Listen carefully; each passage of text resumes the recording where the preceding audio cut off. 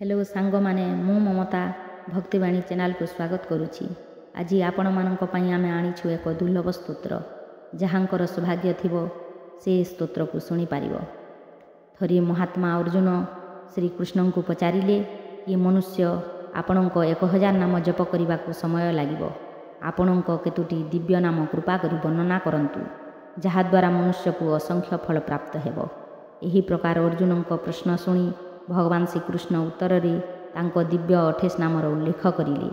एही स्तोत्रर फलश्रुति रे वर्णना अछि कि जो व्यक्ति एही 28 नाम को सकाळे मध्याह्न और संध्यारे प्रतिदिन पाठ करिबो से समस्त पापरु मुक्त होइजिबो। सेही व्यक्ति को 1 कोटी गोदान 100 अश्वमेध यज्ञ एवं 1000 कन्यादानर फल प्राप्त हेबो। यह हेउछि कलिजुग जार आयुष कम। यही छोट स्तोत्र अति शक्तिशाली परम लाभदायक एवं पुण्य प्रदान करिथाए। एही स्तोत्र को प्रत्येक अमावास्या पूर्णमी और एकादशी रे अवश्य पाठ करिबा विधेय। एकादशी व्रत रखी एही स्तोत्र को पाठ करिबा द्वारा भगवान कृष्ण विशेष भक्ति प्रदान करिथांती। एहीपरि गुप्त और रहस्यमय स्तोत्र जानिबा पई भक्तिवाणी चैनल को लाइक शेयर और सब्सक्राइब अवश्य करंतु और वीडियो को अंततः शेष पर्यंत देखंतु। वीडियो शेष रे जय श्री नारायण कमेंट करने को भूलंतु नहीं। आसंतु सुनिबा।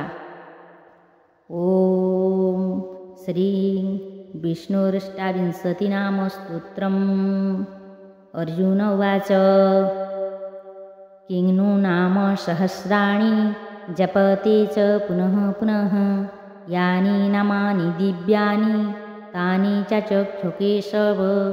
श्रीभगवानुवाच मत्स्यं कूर्मं वराहं च वामनं च जनार्दनं गोविन्दं पुण्डरीकाक्षं माधवं मधुसूदनं पद्मनाभं सहस्राक्षं वनमाळी हलायुधं गोवर्धनं हृषीकेशं वैकुण्ठं पुरुषोत्तमं विश्वरूपं वासुदेवं रामं नारायणं हरिं दामोदरं श्रीधरं च वेदांगं गरुडध्वजम् अनन्तं कृष्णगोपालं जपतो नास्ति पातकं गवां कोटिप्रदानस्य अश्वमेधशतस्य च कन्यादानसहस्राणां फलं प्राप्नोति मानवः।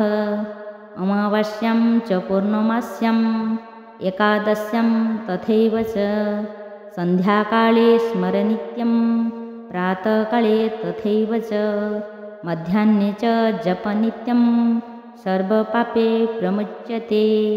इति विष्णुरष्टाविंशति नाम स्तोत्रं संपूर्णम्। हरि ओम शांति।